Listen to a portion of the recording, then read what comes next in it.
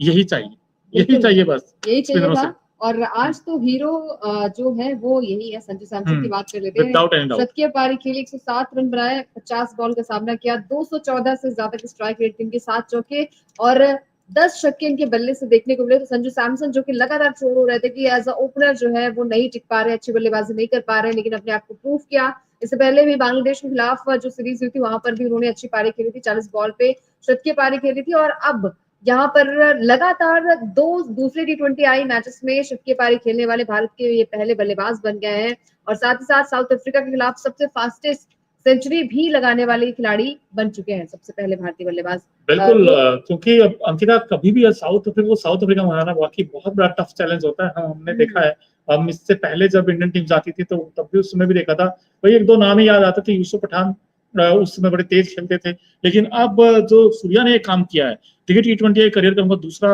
ये शतक है, लेकिन पहला बड़ा खास था, सिर्फ 40 बॉल्स में आया था, लेकिन अब 47 में आया और 50 गेंदों में 107। और ये अभिषेक शर्मा, ये आज थोड़ा फीके रहे, 8 गेंदों में 7 ही बना पाए, क्योंकि जब ओपन किया था लेफ्ट राइट कॉम्बिनेशन में बात कर रहे थे, खेलते ये भी कड़क है, लेकिन अच्छी बात क्या है, जब आपके रन आए और टीम जीत जाए तो शायद थोड़ा छुप जाती हैं चीजें। बिल्कुल, अगर यही हार आई होती तो इनकी सबसे बात पहले निशाने पर होते, सबसे पहले निशाने पर होते। और आज इन्होंने स्टार्ट अच्छा दे दिया था संजू के साथ, लेकिन बड़ी पारी में तब्दील नहीं कर पाए थे, निराश किया। हालांकि अभी और भी मैचेस लेकिन अभिषेक का काम ना लेफ्ट हैंडर नहीं कर दिया, उसका नाम है तिलक वर्मा, क्योंकि तिलक वर्मा दोनों लेफ्ट राइट कॉम्बिनेशन। हाँ, T20 में तो ये सबसे कारगर रहता होता है। और 33 रनों की पारी खेली, 18 बॉल का सामना किया, 180 से ज्यादा के स्ट्राइक रेट, 3 चौके 2 छक्के। तो तिलक ने जो मिलकर पार्टनरशिप बिल्ड की संजू के साथ, वो टीम इंडिया को कहीं ना कहीं प्लस पॉइंट टीम इंडिया का रहा। 202 रन बनाए यहाँ पर टीम इंडिया ने। 203 का टारगेट दिया था, जिसे चेस कर पाना बहुत मुश्किल नजर आ रहा था। स्टार्टिंग में भी हमने देखा था कि आई थिंक मोनू 41 रन पे 3 विकेट गिरे थे साउथ अफ्रीका के। हाँ, मतलब पावर प्ले में वो फुस हो गया, साउथ अफ्रीका फुस हो गया, बिकॉज अगर पावर प्ले में रन बनाता अफ्रीका तो फिर वो कहीं ना कहीं लड़ भी सकता था इस मैच में। इंडिया ने 56 बनाए थे पहले 6 ओवर में, और यहाँ पर सिर्फ 49 बनाए। बिल्कुल, मार्करम का पराक्रम नहीं दिख रहा कई दिनों से, और इंडिया के साथ तो पता नहीं क्यों चलते ही नहीं है। अच्छी बात है वैसे, पर हमारी और अफ्रीका के जितने कैप्टन है ना, तेम्बा बुमा देखा, वो नहीं चल रहे थे इंडिया के साथ, है ना, और अब ये मार्करम भी नहीं चल रहे। बिल्कुल, मार्करम भी नहीं चल पा रहा है। स्टब्स की बात कर लेते हैं, इनका भी बल्ला नहीं चला, स्टक हो गए ये। इसके अलावा बात करें यहाँ पर रेयान की। अब रेयान ने स्टार्ट तो अच्छा मिल गया था इन्हें, लेकिन वही कहते हैं ना कि जब एक के बाद विकेट्स आपके गिरते हैं और सामने जब वरुण चक्रवर्ती हो और रवि बिश्नोई हो, तो फिर आप बच नहीं पाएंगे इनके फिरकी से। तो रवि बिश्नोई की बात की जाए, 4 ओवर में 28 रन इन्होंने खर्च किए, 3 विकेट इन्होंने चटकाए, 7.00 की इकोनॉमी रही है। तो किफायती साबित हुए। सूर्या ने जिस पर भरोसा जताया वो सही साबित हुआ। सूर्या अभी तक बहुत ही अच्छी उनकी कप्तानी देखने को मिल रही है। बात की जाए यहाँ पर वरुण चक्रवर्ती की, तो वरुण चक्रवर्ती ने भी अपने चक्रव्यूह में फंसाया इन्हें। 4 ओवर इन्होंने भी फेंके, 25 रन गवाए, 3 विकेट इन्होंने चटकाया, 6.20 की इकोनॉमी रही है। तो वरुण चक्रवर्ती ने भी अच्छी गेंदबाजी की मोनू, और टीम इंडिया 1-0 की लीड ले चुका है। क्या लगता है आपको कि क्या अब इंडिया की स्पीड यही रहने वाली है? बिल्कुल वही रही रहने, मतलब तो इंडिया का बैलेंस अच्छा है, टीम अच्छी है, कॉम्बिनेशन अच्छा है। अगर आप स्पिनर देखेंगे तो वरुण चक्रवर्ती हो चाहे रवि बिश्नोई हो, दोनों ने शानदार काम किया। दोनों 3 विकेट चटकाए हैं, आई थिंक 6 विकेट तो उन्होंने ले लिए, और पूरी तरीके से यहाँ पर बत्ती गुल कर दी थी। और सूर्य कुमार यादव जो कैप्टन है टीम इंडिया के, इन्होंने 33 बनाए, इन्होंने भी अपने हाथ खोले, और कहीं ना कहीं सूर्य कुमार यादव के जो 33 थे, इन्होंने जो स्कोर एक समय लग रहा था कि यार कहीं रुक ना जाए, बिकॉज तिलक आउट हुए थे, हमें लगा था कि इसी स्कोर को एक्सीलरेट किया जाए, और उसमें आई थिंक जो कहते हैं थोड़ी सी गति और दी है, वो दी थी सूर्य कुमार यादव के 33 रनों ने, क्योंकि 2 चौके 1 छक्का भी लगाया इन्होंने, और इम्प्रोवाइजेशन तो इनका है कमाल। बिल्कुल, और सूर्य कुमार यादव और 18 बॉल में 33 रन इन्होंने स्टार्ट अच्छा दे दिया था।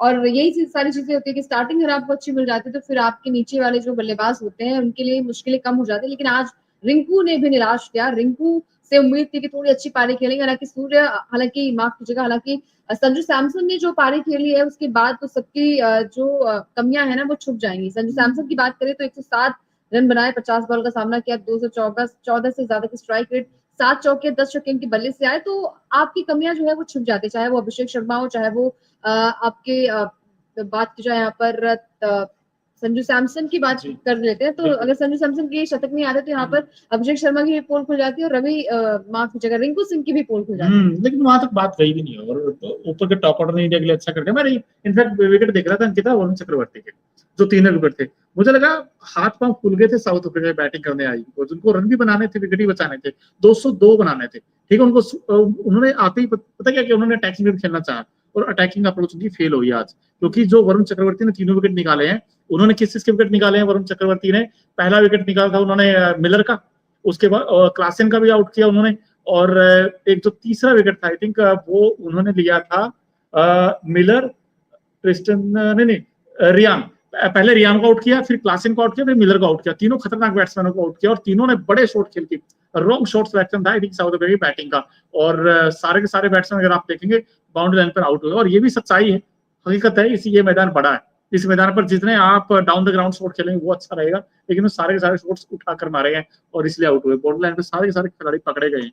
सो आई थिंक तारीफ करनी वरुण चक्रवर्ती, बिकॉज बार बार वो फ्लाइट करा रहे थे और बार बार वो इनवाइट कर रहे थे बैट्समैन को कि आइए छक्के लगाइए अगर है हिम्मत तो, लेकिन वो और देखिए भले ही यहाँ पर अर्शदीप को पहला विकेट मिला, मतलब एक ही विकेट अर्शदीप को मिला, लेकिन कप्तान को आउट किया, एडन मार्टिन को आउट किया उन्होंने, और बात हो जाए आवेश खान की, तो उनके भी खाते में एक विकेट आया, लेकिन स्पिनर्स का बोलबाला यहाँ पर देखने को मिला, चाहे वो रवि बिश्नोई, चाहे वो चक्रवर्ती, जैसे आपने कहा कि टॉप ऑर्डर बैट्समैन को यहाँ पर चलता किया। और ये सारी चीजें होती है कि स्टार्टिंग के अगर आपको विकेट मिल जाते हैं तो फिर कुछल्ले बल्लेबाज आई थिंक नर्वस हो जाते हैं, और वही हमने देखा भी है कि एक के बाद विकेट्स भी गिरे। तो अब टीम इंडिया की लीड 1-0 से बढ़त बना ली टीम इंडिया ने इस मैच में, और ऐसा ही प्रदर्शन रहा तो सीरीज भी अपने नाम कर जाएगी आराम से, क्योंकि जो भी टीम पहला मैच जीती उसके लिए चीजें आसान हो जाती, बिकॉज अब 3 मैच बचे।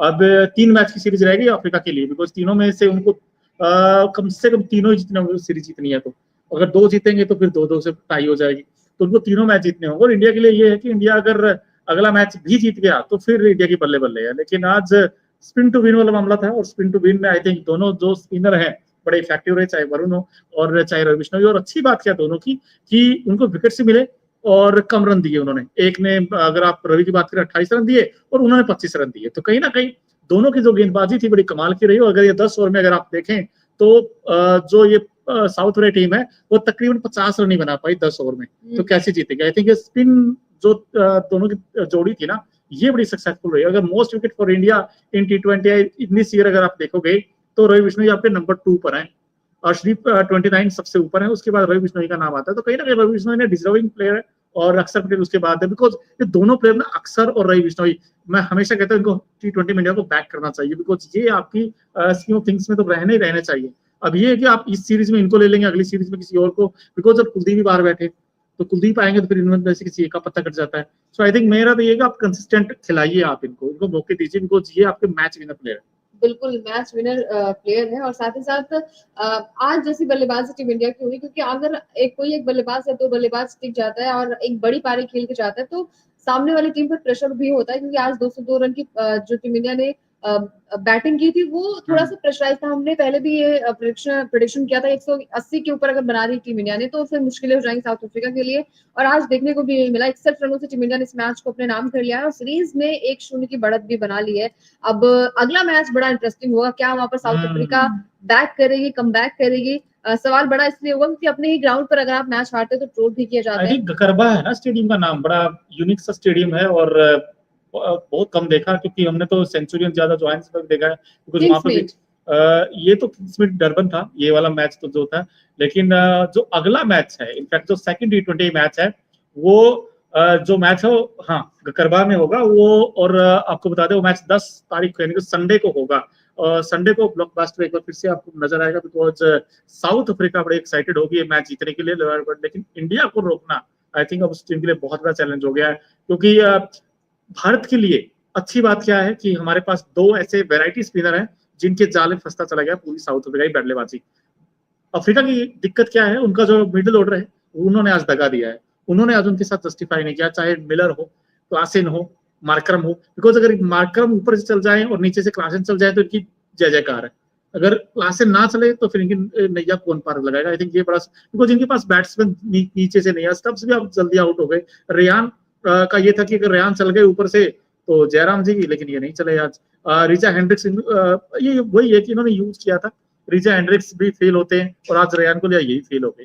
सो आई थिंक इनके लिए ओपनिंग सबसे बड़ा कंसर्न है साउथ अफ्रीका टीम के लिए, लेकिन भारत की जो 61 रनों की जीत है ये टीम इंडिया को, जो खासकर यंगस्टर हैं उनको बड़ा कॉन्फिडेंस देगी, और यंगिस्तान है इस बार गया है एक उम्मीद लेकर कि यहाँ से कई ऐसे खिलाड़ी निकलेंगे जो भारतीय टीम में जगह बनाने के लिए कहीं ना कहीं स्ट्रॉन्ग कंटेंडर होंगे, बिकॉज शुभमन गिल को भी आना है इस टीम में, जायसवाल को भी आना है, और कुलदीप यादव को भी आना है, बुमराह को भी आना है, सिराज को भी आना है। सो जो आपका पेस अटैक है उसमें उनको भी आने वाले मैचेस में विकेट्स चटकाने होंगे अगर टीम में जगह बनानी है तो। और खासकर जो भारतीय टीम के लिए भाई एक से बढ़कर एक खिलाड़ी तैयार है, लेकिन आज जो सबका एक मैच पूरी तरफ, लेकिन संजू सैमसन की वो जो पारी थी वो एक तरफ है, बिकॉज 10 छक्के लगाना इस मैदान में, आई थिंक जितना बड़ा मैदान हमने देखा जहां पर साउथ अफ्रीका बल्लेबाज एक के बाद एक आउट होते चले गए बाउंड्री लाइन पर, लेकिन सूर्य कुमार यादव ने इसी मैदान पर, ऐसा लग रहा था सूर्य किसी और पिच पर खेल रहे, बाकी बल्लेबाज किसी और पिच पे खेल रहे, बिकॉज उन्होंने 3-4 बल्लेबाज मैंने देखा बाउंड्री लाइन पर आउट होते चले गए और लंबे लंबे शॉट्स थे वो क्रॉस नहीं कर पाए,